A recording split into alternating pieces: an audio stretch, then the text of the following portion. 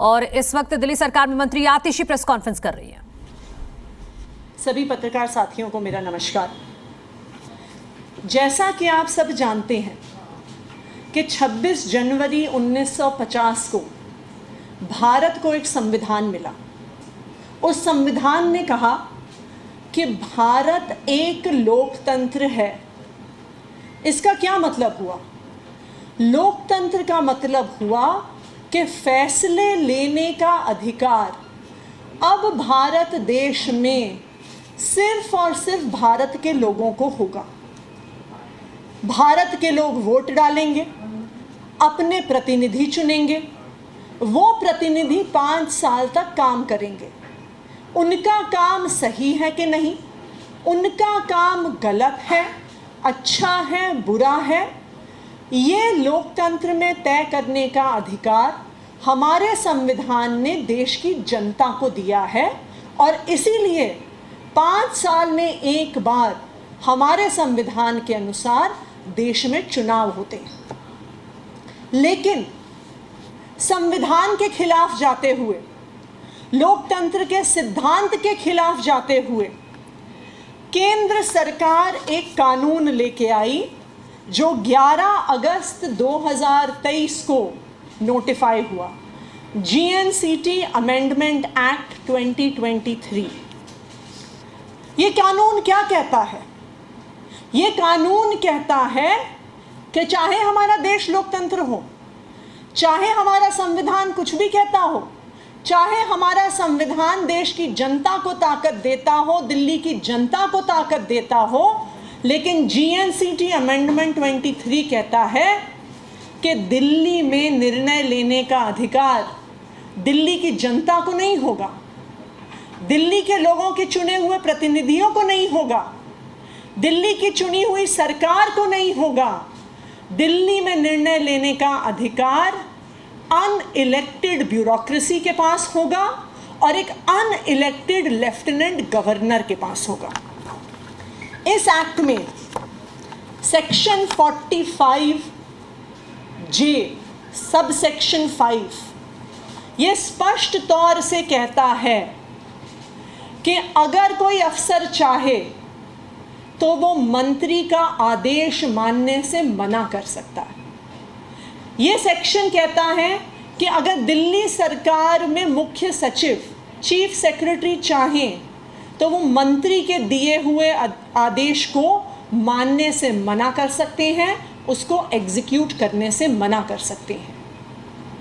ये कानून और उसकी ये धारा लोकतंत्र की धज्जियां उड़ा देती है।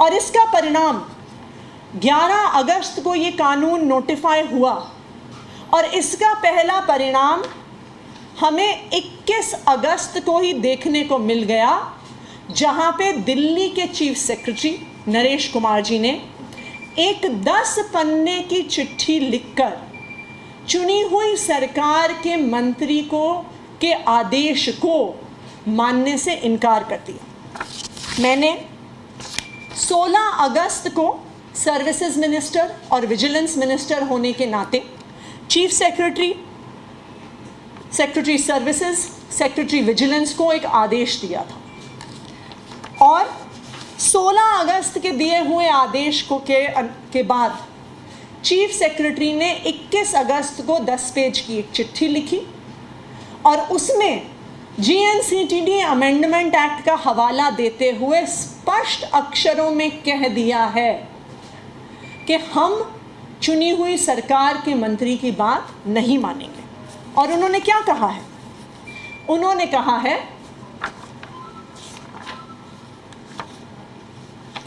कि चुनी हुई सरकार के पास, अपनी चिट्ठी के 37वें पैराग्राफ में उन्होंने कहा है कि चुनी हुई सरकार के पास ताकत नहीं है, अफसर के पास ताकत है, मुख्य सचिव के पास ताकत है, मंत्री के पास ताकत नहीं है। ये चीफ सेक्रेटरी ने लिखित में ब्लैक एंड वाइट में लिख के दिया। जब संविधान ने हमारे देश को लोकतंत्र बनाया तो उस लोकतंत्र का क्या ढांचा बनाया? संविधान ने यह ढांचा बनाया कि देश की जनता या दिल्ली की जनता या किसी भी राज्य की जनता अपने प्रतिनिधि चुन के भेजेगी, उनको विधानसभा भेजेगी। वो विधानसभा अपने में से कुछ लोगों को मंत्री बना के कैबिनेट में भेजेंगे, जो फैसले लेंगे, पॉलिसीज बनाएंगे और अफसरों के माध्यम से इम्प्लीमेंट करेंगे। इसे कहते हैं ट्रिपल चेन ऑफ अकाउंटेबिलिटी। अफसरों की अकाउंटेबिलिटी, अफसरों की जवाबदेही मंत्रियों को है, मंत्रियों की जवाबदेही विधानसभा को है, विधानसभा के सदस्यों को है, और विधानसभा के सदस्यों की, विधायकों की जवाबदेही दिल्ली की जनता को है। लेकिन जब अफसर चुनी हुई सरकार के मंत्री का आदेश मानने से मना कर देते हैं तो लोकतंत्र में जवाबदेही खत्म हो जाती है।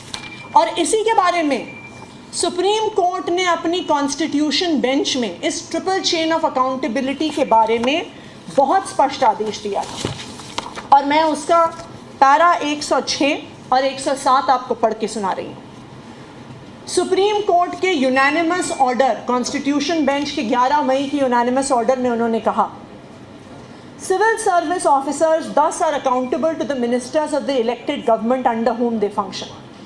Ministers are in turn accountable to the parliament or, as the case may be, the state legislatures. Under the Westminster parliamentary democracy, civil services constitute an important component of the triple chain of command that ensures democratic accountability. The triple chain of command is as follows. Civil service officers are accountable to ministers. Ministers are accountable to the parliament or legislature, and the parliament or legislature is accountable to the electorate. और फिर उससे भी ज़्यादा ज़रूरी supreme court ने क्या चेतावनी दी? Para 107 में सुप्रीम कोर्ट ने कहा, an unaccountable civil service may pose a serious problem of governance in a democracy. It creates a possibility that the permanent executive, consisting of unelected civil service officers who play a decisive role in the implementation of government policy, may act in ways that disregard the will of the people.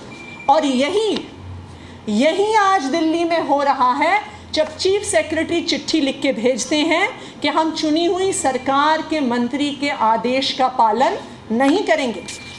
ये तो शुरुआत है। कल हो सकता है कि शिक्षा मंत्री होने के नाते दिल्ली की जनता में मुझे बोले कि हमें इस इलाके में नया स्कूल चाहिए। मैं एजुकेशन सेक्रेटरी को आदेश दूं कि नया स्कूल बनाना है, और एजुकेशन सेक्रेटरी मुड़ के इस तरह की चिट्ठी लिख के कह सकते हैं कि हम स्कूल नहीं बनाएंगे। दिल्ली की चुनी हुई सरकार कहती है कि हम फ्री दवाई देंगे, हम फ्री टेस्ट कराएंगे। हो सकता है कि हेल्थ सेक्रेटरी इसी तरह की चिट्ठी लिख के दे दे कि हम फ्री दवाइयाँ नहीं देंगे, हम फ्री टेस्ट कराने का आदेश नहीं मानेंगे। दिल्ली की चुनी हुई सरकार कहती है कि हम 24 घंटे बिजली देते हैं, मुफ्त बिजली देते हैं 200 यूनिट। हो सकता है कि पावर सेक्रेटरी भी इसी तरह की चिट्ठी भेज दे और कहे कि हम चुनी हुई सरकार का आदेश नहीं मानेंगे, हम नहीं देंगे 24 घंटे बिजली, हम नहीं देंगे फ्री बिजली।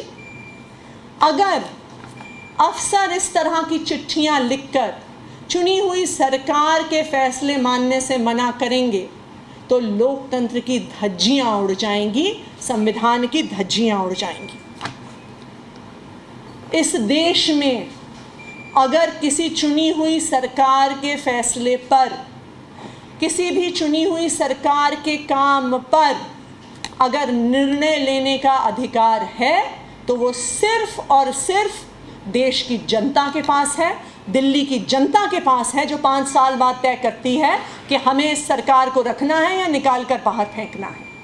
ये अधिकार ब्यूरोक्रेसी के पास नहीं है, ये अधिकार एक अनइलेक्टेड पावर के पास